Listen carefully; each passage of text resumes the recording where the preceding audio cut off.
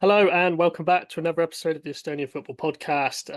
I'm delighted to be joined by Luka Lagvilava, Yeah, good. yeah, I'm good. from Georgian Footy. We're going to just briefly talk about Levadia versus FC Iberia in the Conference League qualifying. So thanks for coming on, Luka. How are you? Yeah, always a pleasure, mate. How are you? Yeah, not bad. Yeah, Yeah, brilliant. yeah. So like me, I'm sure most people don't know too much about Georgian football. Don't know much about FC Iberia. What can you Yeah. tell us about them? To be fair, they're as a whole, they're a fairly new team. They've only just been established in 1999, as you could tell by the fact that it is 1999 listed in their team name. And yeah, they've successfully managed to go up the ranks from the fifth division all the way to top division through academy players back in 2015. And ever since they've been in the league, they've managed to win the league trophy twice. They managed to win the cup three times. So they have been rather successful domestically, at least, not so much in the sort of European qualifiers. But yeah, as a whole, it's an interesting club with a fair few players who've managed to do quite well abroad as well. Maybe one or two have potentially got the what it takes to play for a national team as well. So it's an interesting squad to say the least. Just so say for me, Yeah, Georgian football for me is Dynamo Tbilisi, um, who used to be the main force of Georgian yeah, football, right? Um, I did do a bit of research before, and I can see that obviously they've kind of faded away a bit, and yeah. Iberia have, well, currently unbeaten and won the league last year. What's that down to? To be fair, my main sort of idea about it is the fact that the league quality has gone down quite massively, and if you were to have a bit of research about Iberia and the squad that they had last year, they've won. I think they won the league by like 6 or 7 points, something like that. So it was relatively narrow by before like the last sort of 2 or 3 match days. But um, since then they've lost like top three of the top scorers, one of the best players in the league, and the top scorer of the club has led the team as well. But miraculously they've managed to got better, which kind of sounds a bit weird, but that kind of basically goes to show that other teams haven't really stepped up. And the reason why they're unbeaten is quite simple. They have got the quality that they have is enough in the league right now, and most of the games they try to play well rather pragmatically, which means 1-0, 2-0 wins all over the shop. So Yeah, that's kind of what I was just about to ask. How do you expect them to play against Levadia?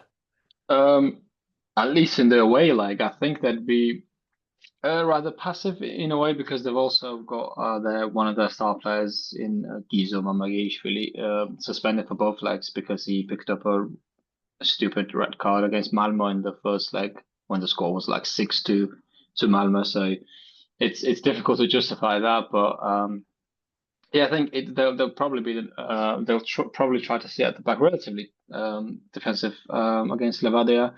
And at home, I think they could also gather a good crowd. So I think at home they'll probably try to be more attacking and maybe in both legs, I'd say it's a 50-50 for me as it stands right now, but obviously anything could happen. So yeah. We actually spoke 3 years ago when Yeah. Paida faced Dynamo Yeah, yeah, Tbilisi. yeah, yeah, yeah. Yeah, Paida actually won that tie on penalties. Uh, I can't remember how optimistic you were back then for Tbilisi. What's the feelings like Yeah. for this I game? I thought Tbilisi would have won like 3-1 or something like that, 3-2 or 3-1. So I expected them to go through, but they didn't. Same way they couldn't do it last year, same way they couldn't the year before we've actually recorded. So it's a sad but ongoing theme right now. As for Iberia, to be fair, like my main concern about them is the fact that they tend not to recruit quite well, and majority of their best players have come through the academy, so they're quite poor signing. Players, especially the foreign players that they sign, aren't really that good. But I mean, this season they had a few good players, so I would probably. slightly. This could be me being biased, but I'd probably slightly edge Iberia go through. But I would see this go at this tie go Levadia as well, but because I don't really see that there's much of a difference between the two teams.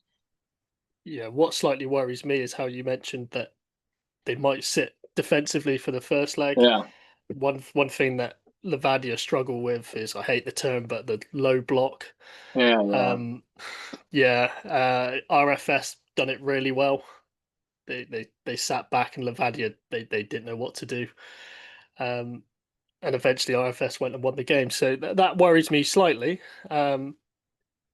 But I'd be optimistic for the home leg for Levadia, definitely. But yeah, I guess Yeah, we've yeah. I yeah mean, yeah as you would expect between the two relatively similar caliber teams in this kind of scenario, I suppose like obviously the league season is all going in Estonia, right?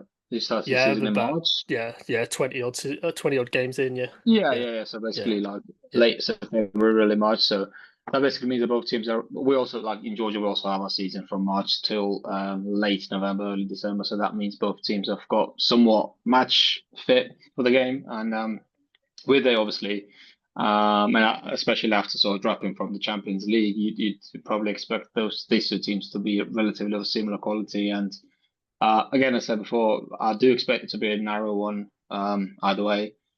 And well, the one thing I hope is please just let us have something to play for by the end of the next game, like by the end of like last 15 or 20 minutes, because it's like the way Iberia crashed out of Champions League was that they've lost 3-1 at home to Malmö. It could have been eight. It honestly could have been eight. And they've lost 3-1 away from home in Sweden as well. So I think they could have scored like six more. So yeah, that basically what they were hopeful against. Obviously one of the better teams of the sort of like Nordic region, but hopefully this tie will be relatively close for both sides. Just because I mean, why not? Everyone wants to make to the at least the league stage of the Conference League, which yeah the Champions path is quite well for it. So yeah. yeah. You've got the I suppose the advantage that Iberia actually scored a goal in that leg. Levadia didn't look likely at all against RFS. So Oh in yeah, both yeah, legs, it was horrible. Yeah, horrible. yeah. But again, yeah, like you said, it's favourable for both sides being in the side of the draw.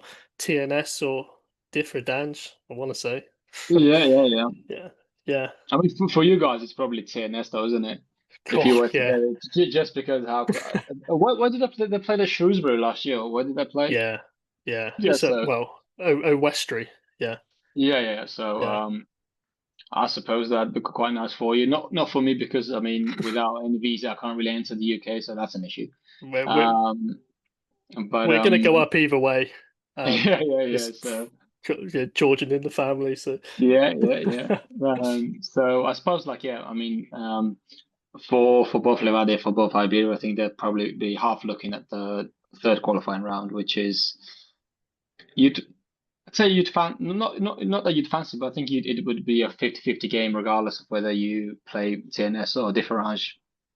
And Luxembourgish teams haven't really been that good this year. I think they've lost all. I think they lost two teams as well as not even getting a single draw out of the games they've played. So you'd think that that seems as a favorable draw, but again, in these sort of scenarios, every single team is, in my eyes at least, every single team is equal, especially dropping from the Champions League. So hopefully one of us make it to the league stages. yeah. Hopefully, hopefully. Yeah. Um, is there a Iberia player that you would say is the standout player? I'd say, yeah, I'd say, well, one of the guy who's suspended for the game, he is quite good.